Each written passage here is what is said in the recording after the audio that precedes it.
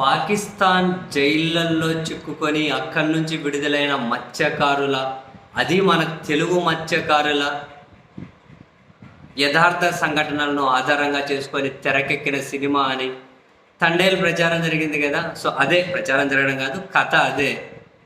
So అందుకని చెప్పి చూద్దాం సినిమా ఎట్లా ఉందో అని చెప్పి తండేలు సినిమాకు పోయాను. తండేలు సినిమా సరే, సినిమా పరంగా నాగ చైతన్య యాక్టింగ్ కానీ ఆయన పర్ఫార్మెన్స్ కానీ చాలా బాగుంది. మనం పేరు పెట్టేటట్లయితే ఏమీ లేదు, చాలా బాగుంది సినిమా. అంతవరకు అయితే ఈ యథార్థ సంఘటనల ఆధారంగా సినిమా తీశారు కదా, ఈ యథార్థ సంఘటనలకు బేస్ ఏదైతే ఉందో ఆ బేస్ అనేది పూర్తిగా సినిమా తీసినటువంటి ఆ సినిమా యూనిట్ ఏదైతే ఉందో వాళ్ళు అధికారంలో ఎవరికి ఉంటే వాళ్ళకు క్రెడిట్ ఇచ్చేయడంలో పోటీ పడ్డా, అంటే వాళ్ళకు క్రెడిట్ ఇచ్చేసారు. చూశారు డైరెక్ట్గా యథార్థ సంఘటనలు. వాళ్ళు పాకిస్తాన్ జైలు నుంచి విడుదల కావడానికి కారణం ఎవరు, ఎక్కడి నుంచి మొదలైంది ప్రాసెస్ అనేది ఎక్కడా చూపించకుండా ఎవరు అధికారంలో ఉంటే వాళ్ళకు క్రెడిట్ ఇచ్చేశారు. నాకు ఇది చూసినప్పుడు అనిపించింది, అరే నాకు పెద్ద ఆశ్చర్యం అనిపించలేదు. ఎందుకని ప్రస్తుత సమాజం ఎట్లుంది, ఒక మనిషికి ఇంకో మనిషి రెస్పెక్ట్ ఇవ్వాలన్నా వాళ్ళ దగ్గర అధికారం అన్నా ఉండాలి, డబ్బు అయినా ఉండాలి, ఏదో ఒకటి ఉండాలి. ఇవి ఎంత మేలు చేసినా వాళ్ళ అధికారంలో లేరు అంటే వాళ్ళని దేకే వాళ్ళు కూడా ఉండరు. ఒకరికి పుట్టినరోజు శుభాకాంక్షలు చెప్పాలి అన్న వాళ్ళు ప్రభుత్వాన్ని నడుపుతూ ఉండాలి, లేదు వాళ్ళ మీద వాళ్ళతో కనీసం హాయ్ బాయ్ అని మాట్లాడాలన్నా ప్రభుత్వాన్ని నడుపుతూ ఉండాలి. చివరికి న్యాయస్థానాల నుంచి కూడా ఎవరి అధికారంలో ఉంటే వాళ్ళకి ఎడ్జుంటే, ఎన్నికల వ్యవస్థ నుంచి ఎవరి అధికారంలో ఉంటే వాళ్ళకి ఎడ్జుంటే, సినిమా తీసే వాళ్ళు ఎవరి అధికారంలో ఉంటే వాళ్ళకి క్రెడిట్ ఇచ్చేయడం నాకేమీ ఆశ్చర్యాన్ని కలిగించలేదు. నీ పాసుకుల నేను ఆశ్చర్యపోయాను చాలా. అంటే ఏ స్థాయిలో అంటే పాకిస్తాన్ జైలు నుంచి వాళ్ళు ఇడిపించే క్రమంలో ఆంధ్రప్రదేశ్ ప్రభుత్వ పాత్ర ఏమీ లేదా? ఆంధ్రప్రదేశ్ ప్రభుత్వ పాత్ర ఎక్కడ 0.101% కూడా లేకుండానే నేరుగా సుష్మా స్వరాజ్ గారు ఇడిపించారట. ఆ మేడం చనిపోయిన తర్వాత వాళ్ళ కూతురు ఇడిపించారట. వాళ్ళ కూతురే కేంద్రంతో మాట్లాడి వాళ్ళ కూతురే లాబింగ్ చేసి వాళ్ళ మొత్తం క్రెడిట్ అంతా వాళ్ళకే ఇచ్చారు.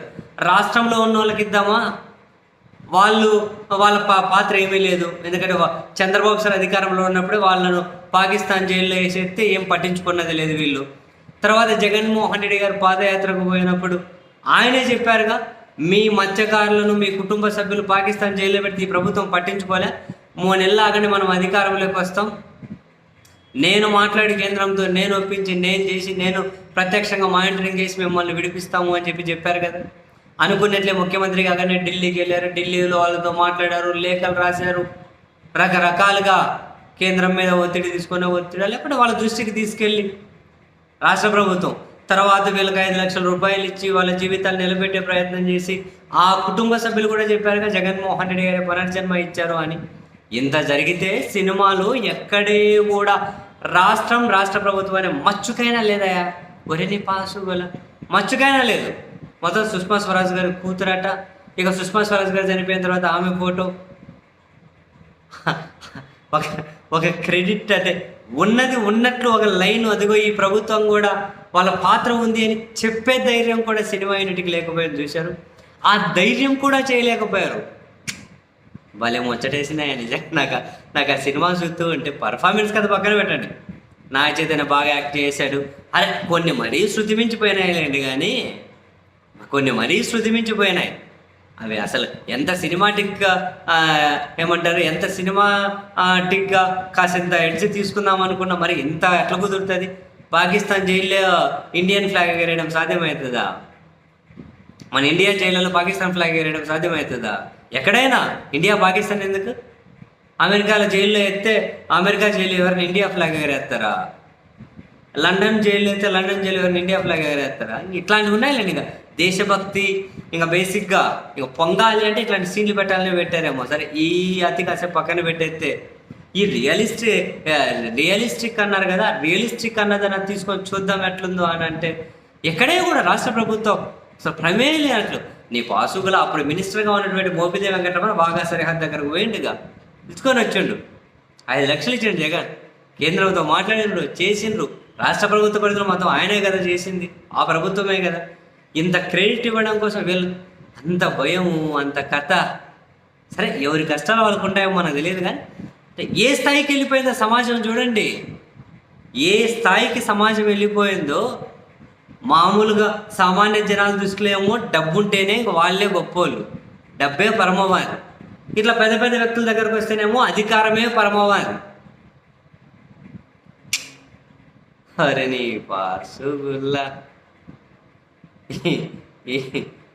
ఏమున్నారా మనుషులు, కథలు అనిపించింది సీరియస్లీ.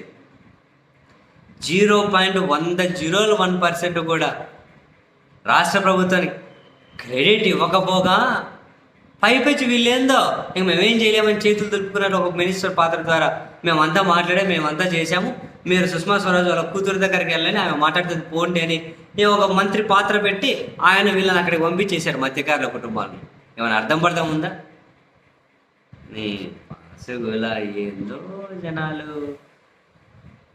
కానీ అండి